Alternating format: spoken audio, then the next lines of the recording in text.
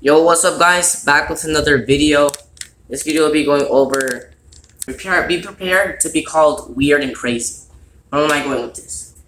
We live in this world that good is evil and evil is good. Isaiah chapter 5 verse 20. Woe to those that call evil good and good evil, who prefer sweet for bitter and bitter for sweet, or something like that. Just like in Isaiah chapter 5 verse 20 says, woe to those people who call evil good and good evil. We're living in a generation, we're living in a time where people are praising praising Satan, people are praising to be demons, people like demon time, stuff like that. People are like you can't make this up, and people are still asleep, and they don't see, and they can't see the signs. And look, in 2 Corinthians chapter 3 verse 4, I think it says, if the gospel be not preached, it is hid to them that are lost, and whom the God of this world have blinded the minds, who believe not, and something like that. And that says in 2 Corinthians chapter 3 verse 4, I think. 2 Corinthians chapter 4 verse 3 to 4, I think, or something like that. I'll leave it up there. And so we have to be spreading this gospel. We have to be spreading this gospel, spreading the truth.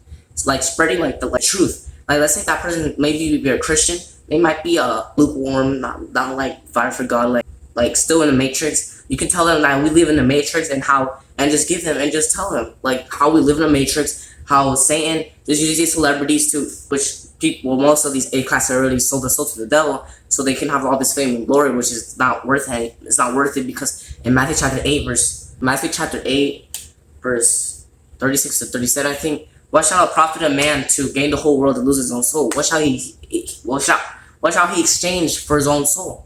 That's talking about people selling their soul. Like what's the profit? Because let's say you actually do sell your soul, God forbid, or let's say let's say this guy sells his soul to the devil for fame and money for like 60 years, because let's say he's like 25 and he starts getting rich and famous at 25, and then 85 he dies. 85 years old he dies. Now he's in hell forever. See, like it's not worth it. While you're suffering for righteousness' sake, you don't sell your soul. You could still be rich, but you have to do it God's way. But you just can't. But when you do it Satan's way, it's quick, because when you do it with God, it's patience, long suffering. You just have to wait. A YouTube channel, it's not like I have 1 million subscribers right now, or 100,000 subscribers right now. You have to wait. You have to keep waiting until the time has come. Maybe at least 2 years from now, I can maybe have like 10,000 subscribers, I hope, or more. But what matters is people are looking or receiving these messages, so they can know that, okay, we live in a matrix. We have to be on fire for God. We can't be in one foot in, one out. We can't be holding hands with God and the devil. We cannot just be using grace as a license to sin. We can't be using once saved, always saved, which is not true. That's not true. Once saved, always saved is not true. But people believe that. They think that grace is a license to sin. But I think in the book of Romans it says, I think Romans chapter 6 verse 14 to 15, I think it says, like, for we're not under the law but under grace, so shall we continue in sin that grace may abound? God forbid, or something like that. But it means that just because we're not under the law but under grace, we don't abuse the spirit of grace. What does it mean to not be under the law? It means that you won't die if you don't keep. It means, let's say you don't keep the Sabbath one day, you're not gonna die, because I think it says if you don't keep the Sabbath day, he shall be put to death, or something like that. But that was back then. So what this means is that when you're not under the law, so you're not under the things that you're not gonna be put to death if you don't keep the law. But we can't, because we all fall short. So if you didn't keep the Sabbath day one day, we all fall, we fall short. You get back up. But we can't be just using grace as a license to sin, and just sin, and just, it's like saying, like, do what thou wilt, or something. That's what Satan's thing is. Do what thou wilt. Doesn't that kind of sound like once saved, always saved? Do what thou wilt, because you're already saved.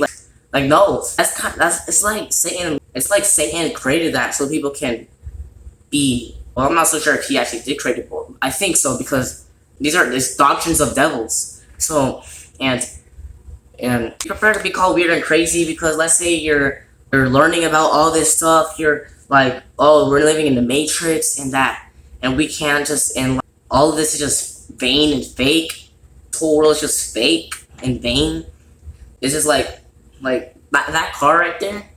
It's not gonna turn to dust. Is that car right there is gonna turn to dust when we all get judged? So it's just not. It's just vain. And yes, I'm not saying that we cannot have cars. Yes, have a car so we can drive to our workplace or something like that. Because it says in the Bible, if a man doesn't work, he shall not eat. And I'm working right now. I'm working for the kingdom of God. Woo! Woo! I'm working for God right now. I'm working for God. I'm making these videos, and that's me working. I'm working. I might not have a 9-to-5 job or a job, but I'm still working. I'm still exercising. I'm still practicing my soccer. I'm still making these videos. I'm doing something. I'm staying busy. The important thing is to stay busy, because if you're not busy, and I don't mind as the devil's playground. So when you're not busy, you're more prone. You're more likely to fall into temptation because you're not doing anything. Like fall into temptation with lust and stuff like that, because you're not doing anything. You're not being busy. We must be staying busy. Learn how to cook or something. Because I cooked eggs. Me back in the world, when I used to be back in the world. Years ago, I could even, well, more back then. I could even, this is my more back then. I could even, make a bowl of cereal. But that was more back then. 2 years ago, I think I probably couldn't make a bowl of cereal, but I could even make eggs. And I literally make eggs today, and they tasted amazing. I literally make eggs. I might not put just eggs. First you get the thing, and then you put it on high, but you gotta be there so it doesn't burn. And then you get something to move it around, and you put the eggs in it. Sorry, my bad. You put the eggs in it, and then you just move it. But you gotta put the olive oil first, or coconut. Oh, I use olive oil. It should be better to use coconut oil, but it's what my parents get. They get olive oil. I know coconut oil. I think it's better, but at least it's not vegetable oil. I hope olive oil and vegetable oil is not the same thing. I'm just mistaken, but it's olive oil. You put the olive oil in. And you put the eggs, and then after you put the eggs, you just get the thing. I think the spatula, and just move it around so it doesn't stay stuck. I think that's what. I think if you don't move it around, it stays stuck. That's why I move. I think, and you just wait until it looks cooked, and then turn it off. And when you hear pop, pop, pop, pop, pop, I think that's where I stop it, and then I just keep moving it around, and then looks like it's good to go. Put some salt, and then boom, good to go. And I think I gave some to my sibling, but not today, but more back then. And he said, "When did you learn how to cook eggs?" See, look, 2 Corinthians chapter 5 verse 17. If any man be in Christ, he's a new creature. All things are passed away. Behold, all things become new. So, it's like I'm born again. I feel born again. And the Bible says we have to be born again. I feel born again. 2 years ago, I did get baptized, maybe 2018 or something like that, or somewhere around there. I don't really remember, but I just remember getting baptized. And I think one of my parents baptized me. But I think it was an ocean. But I wasn't really born again. I wasn't really living for God like how I'm doing right now. I was just lost in the world, and God chose me. Why didn't He choose? He didn't choose the people without sin, even though everyone has sin except Jesus Christ. But the one who claimed not to have sin and to be holy and everything, He didn't pick them. He didn't choose them, but He chose me, who was filled with spirits like lust and just other demonic spirits that God probably delivered me from that I might not be so aware of right now. But I know the spirit of lust, He delivered me from it, and He delivered me from gluttony, because I didn't know gluttony. I thought of gluttony, but I wasn't really sure if I was committing gluttony until that one day, and I was like, "Oh, I gotta repent." This is why we should not say we're without sin, and people are called weird and crazy. People are gonna call you weird and crazy because you're just telling them the truth. You're showing them the real way, because the average man can't receive this knowledge. Knowledge is too high for a fool, so he won't be able to understand. So they'll probably call you weird, crazy, throw you into mental hospital, call you sick, scream at you, yell at you like you're getting in trouble just for following Christ, following God, following Christ, having a relationship with the Son and the Father. People are just gonna call you weird and crazy, but it comes with the crown. When we all get judged, you'll be glad that you didn't give up the faith. You'll be glad you didn't, and you'll be bold in Judgment Day, because we've been fighting, we've been keeping the commandments, law, statutes, commandments to the best of our abilities. We have been humble, stay humble, and so thank you guys for watching. God bless you all. if you made it to the end, please like the video, because when you like the video, it goes more to other people so they can watch this message, so it can support the channel and it can support other people who need to hear this message. And thank you guys, if you made it this far, God bless you, because thank you, because I hear that like average attention span is like a minute long or maybe 2 minutes long, 3 minutes, 5 minutes probably at the maximum, but like this is like 11 minutes, or as I'm recording this might be 10 if I put it out on CapCut, because that's what I use CapCut to edit my videos on mobile, on the phone. If you made it this far, God bless you. Just keep moving forward, and this is a bonus one. I'll make sure you a bonus if you those who reach to the end. When people are calling you weird and crazy, ignore it.